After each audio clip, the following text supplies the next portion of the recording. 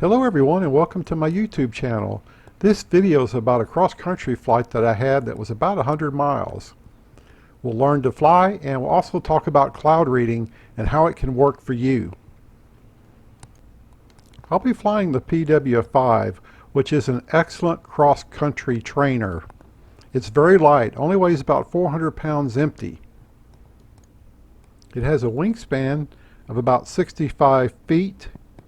The glide ratio is about 32:1, which means if I was at an altitude of a mile high, I could glide 32 miles. But in your training, we don't actually use that number. We use a much lower number. I like to use 20:1, or about 4 miles per 1,000 feet. All right, let's look at this next image. This is the flight. At the top right-hand corner is where I started in the blue circle. Moving to the left or to the west, I flew to Pecan Plantation, which is about 36 miles. From Pecan Plantation, moving southeast, I flew to Hillsboro, which is about 36 miles. Moving over to the right, I flew about 10 miles to Hurock Airport, and from there basically north back to TSA. This is the actual flight as shown on online contests that glider pilots use. And you'll see it's not all in an exact straight line, but it'll give you an idea of my actual flight. And this flight was really amazing. Look at my altitude range. Typically I average between 6,000 and 7,000 feet across almost all of the flight. And I'll tell you friends, that was just really a fantastic day. And it gives you a warm fuzzy feeling when you're that high up and you don't have to worry about landing out anywhere. Here's what I'm displaying in real time during the flight. I'm using a GPS data logger and adding it to this video to make all these effects. Starting at the bottom left-hand corner, that's ground speed, not airspeed. GPS can only calculate ground speed. At the top, in the yellow with that little red triangle, that's the actual flight to scale, and that triangle represents my glider, and it's starting at TSA if you see it right up there. Moving up to the right center is the compass heading. On the right hand side is your rate of climb indicator as measured in feet per minute, and on the bottom right hand side that's the altimeter. So let's get ready for flight, get ready for takeoff. Alright, ready to go, checklist done, hand on the brake. Spoilers are locked and closed. We have a slight tailwind, quartering tailwind, so gotta watch out for that.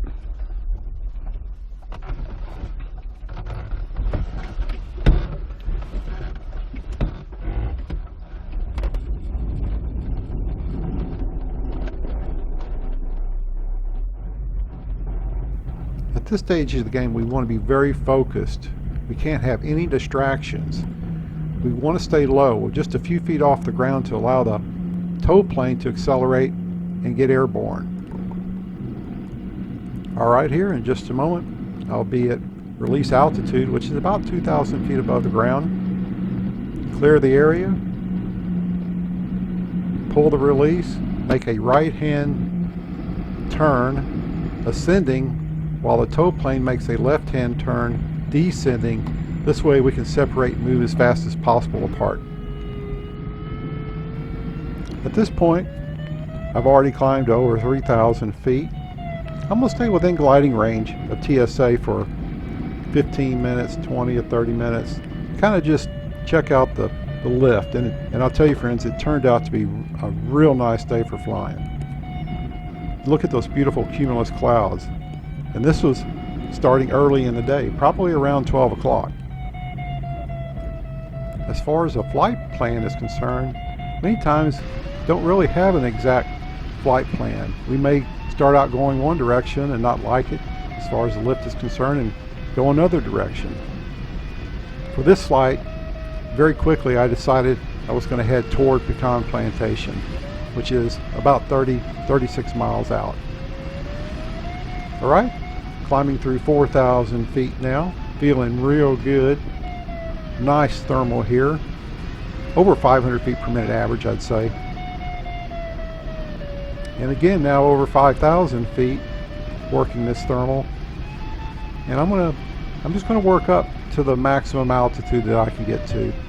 It's not actually a race today, so I'm not competing in flying, see how fast I can go.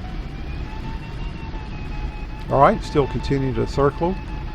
I'm climbing up now to over 6,000 feet, and that will give me sufficient altitude to start heading toward Pecan Plantation, which is about 36 miles away.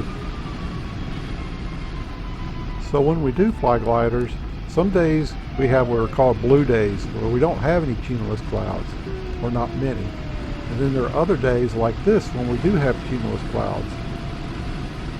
Cumulus clouds are a pilot's best friend, no doubt. As I'm headed toward Pecan Plantation, which is about 36 miles away, I'm not going to fly in a straight line exactly. Even though you'd think maybe that's the best way to do it, just fly straight towards your next destination. Well, that's not really true. So when we have these beautiful cumulus clouds to fly under, many times they're going to mark where the lift is underneath the cloud. So my flight won't be in a straight line, obviously, but I'm going to zigzag toward these clouds and see if there's lift underneath. If there is, I'm going to do what we call porpoising, which simply means we'll slow down in lift, we'll speed up in sink, even fly faster in heavy sink. So when I make this cross country, if I can find a really strong thermal, I may circle in it. But if it's weak lift, I'm not going to circle in the thermal, but I'll certainly porpoise through it. So when you're cloud reading, you're constantly looking at those clouds. Sometimes I'm looking straight up underneath it to see if I can find the best part of the lift. And you can actually see it many times as like a hole in the cloud, or where the cloud will be concaved. It's really amazing. So one of the things we don't want to do necessarily is fly in blue areas. We want to stay underneath those clouds because they tell us where the lift is. Normally on a blue day it's invisible. You can't really see anything. You might see some birds circling or another glider in a thermal. But when you have clouds like this, I'll tell you, it is definitely your best friend. So, wow, this is really great. Up over 7,000 now. And again, I'll just be heading toward the next cloud. You'll see on the left-hand side my flight is not actually in a straight line, but I'm gonna, if I see a nice cumulus cloud ahead of me, I'll turn to the left or to the right, maybe up to 30 degrees, but generally I'll be flying in the direction of my waypoint. And in general, the stronger the lift, the faster you can fly. What is the best speed to fly between thermals? Like I said, the stronger the lift, the faster you can fly. Typically, on a day like this, I can have a airspeed indication of about 70 miles per hour, 70, 75 even. Now you'll see here I've kind of worked my way back down, just below 5,000 feet. Alright, basically still heading toward Pecan Plantation. You'll see that I'm down to about 4,800 feet. If I find a good thermal along the way right now, I will take it and circle in it. One of the nice things about flying from TSA over to Pecan Plantation, there's a number of grass strips or airports that I can land out at if I have to. There's probably about 4 or 5 of them along the way. So that makes it kind of nice too. In the event that you land out, you can get somebody to bring a Pawnee over and get you an arrow tow out, which is really a luxury that you really don't have at most flying places. Alright, now descending through 3,400. Looks like I'm trying to work this thermal here. We'll start a right-hand turn. Maybe I can start climbing at about 500 feet per minute, feeling really good. I do have a land out area if I need it. Look at that on the ground. There's 50 million places to land a glider, if you really think about it. Alright, now climbing through 5,900 to 6,000. You'll notice on the left hand side there I've got my OD2 flight computer, and it really is a nice way to help you navigate and give you some really good numbers to work with when you're flying cross country. I still have a map too as a backup, and I've got some backup batteries if I need that for the OD. So if you're thinking about flying, at least when you get to the cross country stage, you might really consider one. Yeah, they're not cheap. Maybe they're $600, $700, but it's money well spent, and you'll realize it after you get one. I promise you. When you're flying cross country, you want to protect yourself from the sun. If you'll notice, I've got those gloves on, and the reason is just to keep the intense sunlight off my hands. I've got a black towel covering my legs. I'm wearing a hat that doesn't have a visor on it, and that's real important because you want to be able to look straight up and also look for traffic. So don't wear a long brim hat. I don't recommend it. And also carry a Camelback, and it's just a reservoir of water that you can use with a tube so you can drink it as you're flying, because you definitely don't want to get dehydrated. And if you were to land out, you'll still have some water to hopefully survive until somebody can come get you. Look at this now, over 8,000 feet working this thermal, and it looks like I'm over pecan plantation at this point. Unreal. So if I was using a conservative number regarding my altitude, how far I can fly, well, I'm at 8,000 feet, but I need to arrive at the destination at least 1,000 feet above the ground. So a quick calculation, if I didn't have my OD flight computer, I'd say that I can fly 4 miles per 1,000. So I'm going to use 4 times 7, so easy. I should be able to glide 28 miles, and that's without regard to the winds at the time. I've been flying under these long lines of thermal streets, and look at the altitude now, over 9,000 feet. So I can push that nose down and increase my ground speed to get to the next waypoint. Got plenty of altitude spare, that's for darn sure. So when we have these big beautiful cumulus clouds, a lot of times they'll line up parallel to the wind, and you can fly under each one and find some tremendous lift on an occasion, and that's when we'll porpoise. We'll just simply pull up in the lift. If we get into sink, we'll put the nose down. If we get into heavy sink, we're even going to push the nose down faster to get away from it as soon as possible. That's the basic technique anyway. So from this point, I'm flying toward Hillsboro, obviously not in a straight line, following those clouds. Cloud reading, as we call it. I'd easily have it made to Hillsboro from this altitude without taking any additional thermals. But if I find a really strong one, if I'm lower, I'll take it, circle, go back into it, and climb back up. Just depends as we fly. My next badge I want to earn is the gold as far as distance goes, and that's a 186-mile flight that you can do around a triangle flight or a straight out flight, or there's a combination of different ways to do that. But I think I'm a little late this year. Now that we're in September of 2018, I'll probably have to wait till next year to find one of these great days to attempt that cross-country flight for the gold.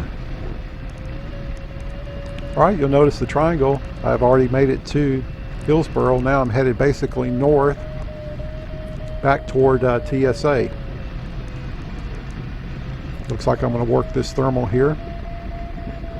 Maybe about 500 feet per minute climb, and then we'll decide what speed to fly as far as final glide is concerned, and we'll talk about that here in a couple of minutes. Looks like I'm continuing to circle, climbing up over 6,000 feet, and here in just what I said in a few minutes, we'll do the final glide. And what I mean by final glide is that we're high enough that we're not going to need any additional thermals to make it to our destination. And we're going to fly faster too, since we don't need to circle anymore in thermals. And flying final glide, it takes practice to figure the speed that you want to fly to get to your destination and have at least 1,000 feet above the ground at your destination. I'm a little more conservative than that. I might end up at 2,000 feet above the ground, and that's just fine for me. I'm not in a race today, but it's something that you'll practice and get better at it, and I have over time. And the OD2 definitely helps you out there too. At this point, I estimate I have about 10 miles to go to get back to TSA, so I've got sufficient altitude for that. And you'll notice, look at my ground speed now. I've put the nose down and increased my ground speed. This is what we call final glide.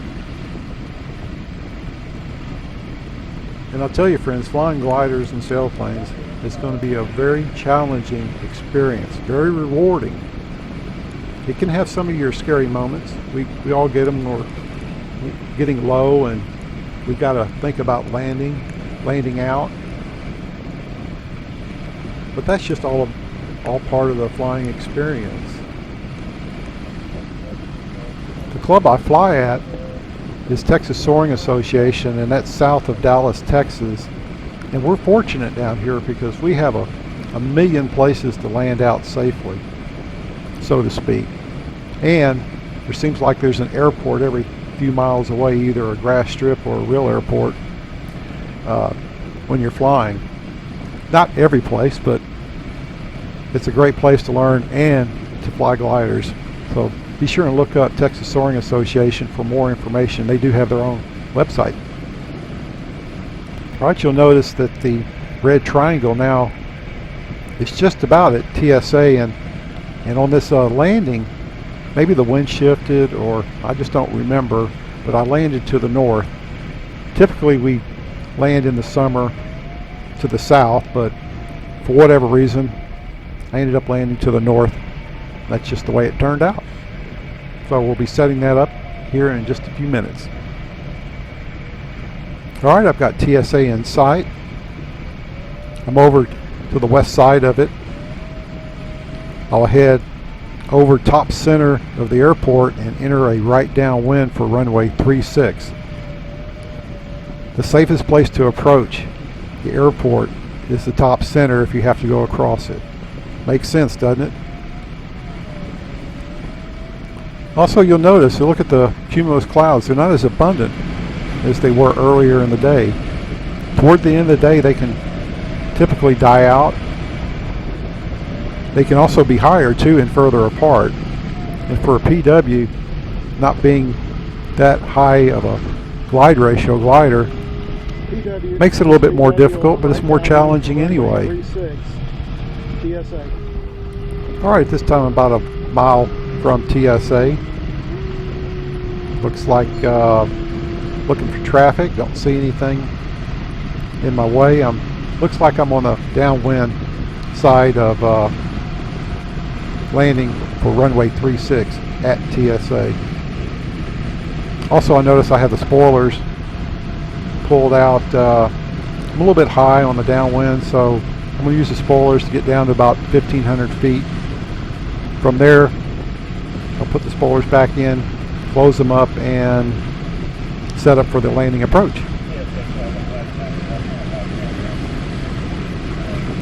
Alright, at this point, I'm turning base. I've closed the spoilers at this time. I'm on a base, turning right for final approach to runway 36.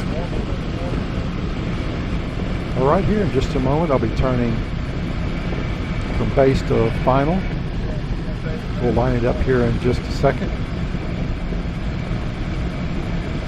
And when we do our landing approach, we don't slow down like we do up in the thermals. We keep our speed up. Typically 60, 70. I'm probably flying a little bit fast here. I will slow it down, and one of the intents for me to do is land it in the grass and that'll give me the ability to stop even faster. After I reviewed the flight, I probably could have slowed down another 10 miles an hour at touchdown. But, oh well, that's the way it goes. We'll try again next time. When we touch down, we continue to fly and holding full up elevator. Want to keep the wings level as long as possible. Don't want to drag a wing if you can help it. The grass is certainly helping me slow down a lot faster too than landing on the runway. There you have it. All right, 2 hours and 45 minutes. Great day to be a bird. Well, I hope you enjoyed this video. Be sure and look up all my other YouTube videos about flying gliders and sailplanes. Also, my hobbies include radio control, ultralights, hang gliders, and a lot more from the past. So you guys have a great day, and we'll see you in the air next time. Bye-bye.